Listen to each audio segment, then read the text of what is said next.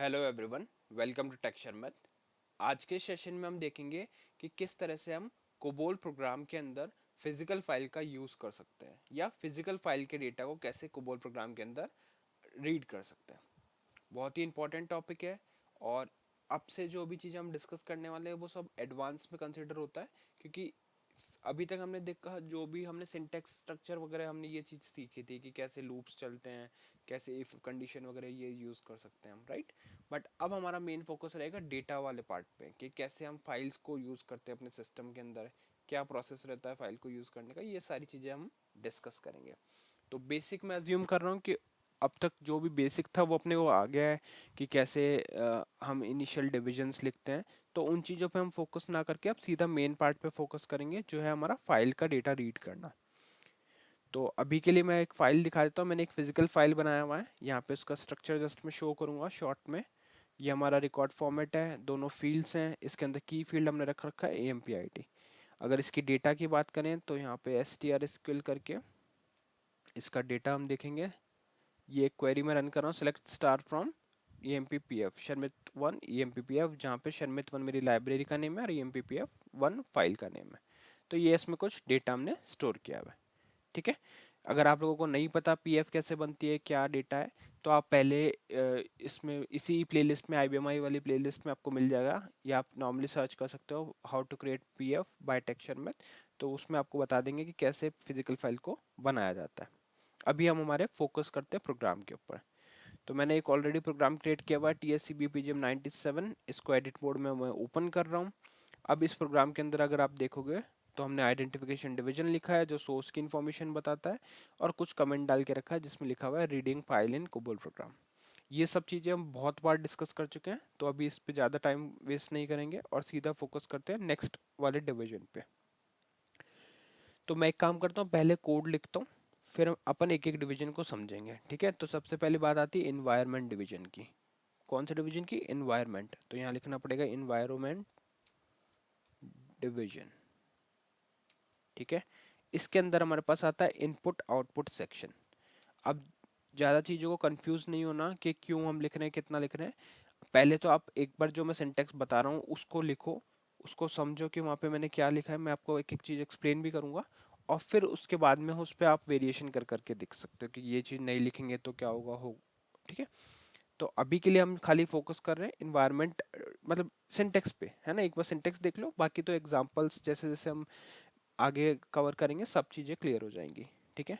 तो यहाँ पे हमने लिख दिया इन्वायरमेंट डिवीजन, फिर आ जाएगा इनपुट आउटपुट सेक्शन, ये हो गया हमारा इनपुट आउटपुट सेक्शन। उसके बाद में हम लिखते हैं फाइल कंट्रोल। फाइल कंट्रोल, तो ये आ गया अपना फाइल कंट्रोल वाला पोर्शन। अब इस फाइल कंट्रोल के अंदर हम हमारी फाइल को डिक्लेयर करते हैं। तो उसका प्रोसेस क्या है, देखो फाइल डिक्लेयर करने के लिए आपको क्या करना पड़ेगा, यहाँ पे लिखना पड़ेगा सेलेक्ट, इस तरह से सेलेक्ट, स्पेस दोगे, एम्प्लॉय फाइल, ठीक है। फिर आप लिखोगे असाइन टू डेटाबेस EMPPF1, ठीक है, ये लिखना है। फिर इसके बाद में हम लिखते हैं ऑर्गेनाइजेशन, इधर आ जाएगा ऑर्गेनाइजेशन इज सिक्वेंशियल, ठीक है। और फिर हम लिखेंगे एक और चीज जो है file status is WS file status. अभी आप लोगों को ये पूरा जो सिंटेक्स है टिपिकल लग रहा होगा, क्योंकि इसमें हमने बहुत सारी चीज़ें एक साथ डिफाइन कर दी। बट डोंट वरी, बहुत ही इजी है, फर्स्ट टाइम देखने पे आपको ऐसा लगेगा, अदरवाइज ये बहुत सिंपल पोर्शन है। तो मैं आपको एक्सप्लेन करता हूँ कि ये लिखा क्या है अभी हमने। तो सबसे पहले हमने लिखा एनवायरनमेंट डिवीजन। ये क्या होता है, देखो ये सेक्शन डिफाइन करता है एनवायरनमेंट जहाँ पे प्रोग्राम ऑपरेट होता है। पर, और पर्टिकुलरली कहाँ फोकस करता है ये पार्ट करता है इनपुट आउटपुट फाइल्स पे, ठीक है। तो इसका सिंपल अगर आपसे कोई इंटरव्यू में पूछता है तो इसके आप डेफिनेशन क्या दोगे, environment division is a section is a section defines the environment in which the program operates, particularly focusing on input output file, ठीक है। फिर हमारे पास आता है इनपुट आउटपुट सेक्शन। अब ये क्या है, यह है this section specifies how the program will interact with files detailing the control operation. ठीक है, तो ये आपको बताता है कि कैसे ये फाइल से इंटरेक्ट करेगा, ये प्रोग्राम जो है वो फाइल से कैसे इंटरेक्ट करेगा।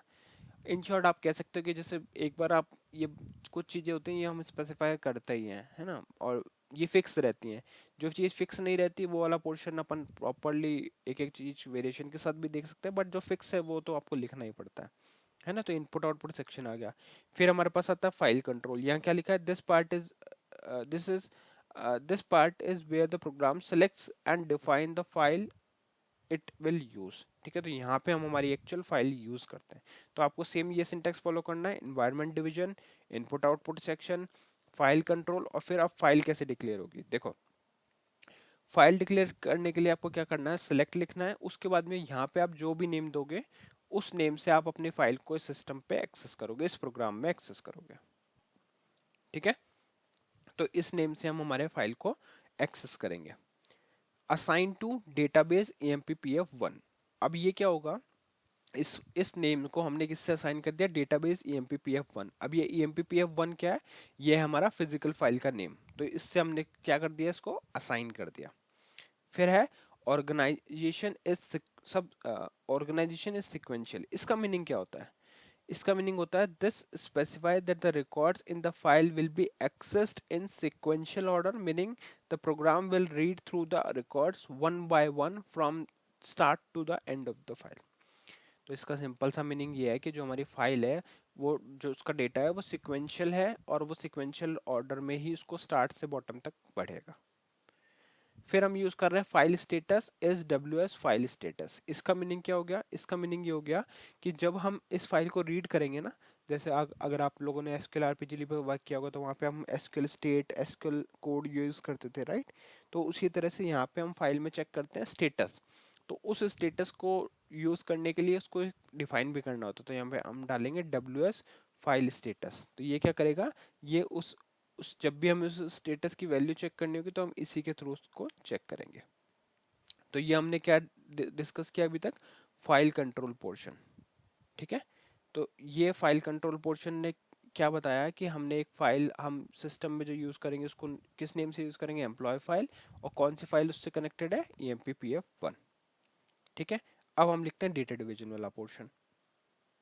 तो यहाँ आ जाएगा डेटा डिवीजन। हो सकता है आपको ये थोड़ा सा कॉम्प्लेक्स लग रहा हो क्योंकि फर्स्ट टाइम आप ये चीज़ें देख रहे हैं, बट डोंट वरी, जैसे जैसे हम आगे एग्जांपल्स करेंगे सब चीज़ें क्लियर हो जाएंगी। डेटा डिवीजन आ गया, इसके अंदर हम लिखते हैं फाइल सेक्शन। ठीक है, अब आप लोग कंफ्यूज हो रहे होंगे कि पहले हमने वेरिएबल बनाया था जिसमें हमने पहले हम वर्किंग स्टोरेज सेक्शन लिखते थे, तो वो भी लिखते हैं, बट उससे पहले अभी फाइल का पार्ट आ गया तो फाइल पे फोकस करेंगे। तो फाइल सेक्शन लिखना है, उसके बाद आप लिखोगे FD। ये क्या डिनोट करता है, फाइल डिस्क्रिप्टर। और यहाँ हम हमारी फाइल का नेम यूज करते हैं एम्प्लॉय फाइल, जो अब हमने नेम ऊपर स्पेसिफाई किया था। और इसके अंदर हम हमारा पूरा फाइल का स्ट्रक्चर डिफाइन करते हैं कि फाइल एक्चुअल में है कैसी। तो यहाँ आ जाएगा लेवल नंबर 01, यहाँ आएगा एम्प्लॉय रिकॉर्ड। अब ये एम्प्लॉय रिकॉर्ड क्या है, ये हम इस रिकॉर्ड का नेम दे रहे हैं। ठीक है, एम्प्लॉय रिकॉर्ड, और इसके अंदर एक सबऑर्डिनेट फील्ड बन जाएगी 05 EMPID PIC S, या फिर आप 9 of 2 भी लिख सकते हो, खाली 9 of 2। तो ये क्यों हमने स्पेसिफाई किया कि इस फाइल के जो फील्ड है उसका डिक्लेरेशन हम यहाँ पे कर रहे हैं। ठीक है, तो जिस भी तरह से आपका फाइल का डिक्लेरेशन है वैसा ही आप यहाँ स्पेसिफाई कर दोगे, जिससे रीड करने में हमारे को ये हेल्प करे। EMP नेम मैंने कर दिया PIC X of 15, तो ये भी डिफाइन हो गया। ठीक है, अब कुछ वेरिएबल्स डिक्लेयर कर सकते हैं। तो वेरिएबल डिक्लेयर करने के लिए आप यहाँ पे लिखोगे वर्किंग हाइफन स्टोरेज सेक्शन। ये आ गया हमारा वर्किंग स्टोरेज सेक्शन। ठीक है, अब इस वर्किंग स्टोरेज सेक्शन के अंदर हम हमारा जो भी अभी तक हमने वेरिएबल डिफाइन किए थे ऊपर वो डिफाइन कर देंगे, जो मेंशन किए थे उसको डिफाइन करेंगे, जैसे WS फाइल स्टेटस। ठीक है, और यहाँ आ जाएगा PIC, और इसके लिए हम लिखेंगे X of 2 अल्फा न्यूमेरिक। ठीक है, स्टेटस के लिए। फिर हम लिखेंगे 01, और यहाँ आ जाएगा WS EOF, ये क्यों यूज करेंगे? एंड ऑफ फाइल के लिए, ठीक है। तो यहाँ पे भी इसको डिक्लेयर कर देते हैं PIC, और यहाँ पे इसका डेटा टाइप आ जाएगा X, और इसमें वैल्यू भी असाइन कर देते हैं N। तो ये सब बेसिक हम पता ही है कि कैसे वेरिएबल वगैरह डिक्लेयर होता है, ये चीज़ हम पहले कवर कर चुके हैं ऑलरेडी। तो इतना सब करने के बाद में आप रेडी हो अपने फाइल को रीड करने के लिए और उसका डेटा एक्सेस करने के लिए। तो ये सेशन ज़्यादा बड़ा नहीं हो, इसलिए चाहे तो हम यहाँ पे इसको ब्रेकआउट कर सकते हैं इतने पे ही, और नेक्स्ट सेशन में हम इसके आगे का पोर्शन लिखेंगे, प्रोसीजर डिवीजन, क्योंकि हो सकता है अभी आपको थोड़ा ये कॉम्प्लेक्स लगे।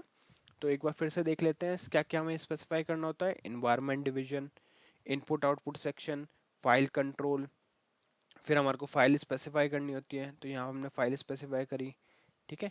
डेटा डिवीजन में हमने फाइल सेक्शन डिफाइन किया और उसके अंदर कैसे फाइल का स्ट्रक्चर बनता है वो हमने यहाँ डाल दिया। फिर वर्किंग स्टोरेज सेक्शन है, वहाँ पे हमने अपने जो भी प्रोग्राम में वेरिएबल यूज करने वाले हैं वो हमने यहाँ पे स्पेसिफाई कर दिए। तो आई होप इतना पोर्शन आपको क्लियर हुआ होगा। स्टॉप रन लिखा हुआ है, उसके बाद में हम यहाँ पे प्रोसीजर डिवीजन लिखेंगे, बट वो नेक्स्ट सेशन में कवर करते हैं। अदरवाइज ये सारा चीज़ें आपको थोड़ा सा कॉम्प्लेक्स लगेगा, बट अभी हमने सिर्फ इतना देखा कि कैसे हम हमारे इस वाले फाइल डिक्लेरेशन के पार्ट को, मतलब फाइल डिक्लेयर कैसे होती है, मेन पोर्शन हमने कवर कर लिया। अब फाइल को यूज़ कैसे करते हैं वो हम नेक्स्ट सेशन में देखेंगे, ठीक है। तो आज के सेशन के लिए इतना ही था, और इसको अभी कंपाइल हम नहीं करेंगे। इनफैक्ट अगर आप जैसे यहाँ पे एक काम करते हैं, यहाँ पे हम लिखते हैं प्रोसीजर डिवीजन, प्रोसीजर डिवीजन, और जस्ट एक मैसेज प्रिंट करा के देख लेते हैं अगर प्रिंट हो रहा है तो। यहाँ पे डिस्प्ले फाइल इज डिक्लेयर्ड,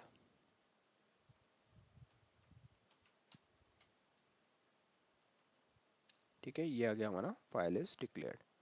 अब इसको कर देते हैं सेव। फाइल 14 लिया मैंने, ओके, इसमें कुछ इश्यू है,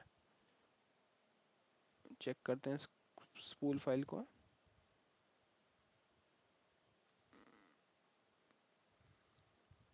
स्पूल फाइल में 30 का एरर कौन सा है? Select clause in profile not valid, not found, okay, no problem. ये पोर्शन जब हम आगे कंटिन्यू करेंगे तो इसका पूरा कंप्लीट कोड लिखेंगे, तो ये आपको, और मतलब उस टाइम पे ये कोई भी एरर थ्रो नहीं करेगा। अभी जस्ट ये एरर थ्रो कर रहा है क्योंकि ये इनकम्प्लीट कोड है। जैसे मैंने आपको बताया कि अभी सिर्फ हमने डिक्लेरेशन वाला पार्ट मेंशन किया है, नेक्स्ट वाले पोर्शन में हम प्रोसीजर डिवीजन को पूरा कंप्लीटली लिखेंगे, तो वहाँ पे आपको ये चीज़ें क्लियर हो जाएंगी, ठीक है। तो आई होप ये वाला पूरा पोर्शन क्लियर हुआ होगा। नेक्स्ट पार्ट इसका देखते हैं और उसमें समझते हैं कि कैसे प्रोसीजर डिवीजन यूज होता है। तो आज के लिए इतना ही था, नेक्स्ट सेशन में बाकी टॉपिक डिस्कस करेंगे। So thank you for watching tech share myth.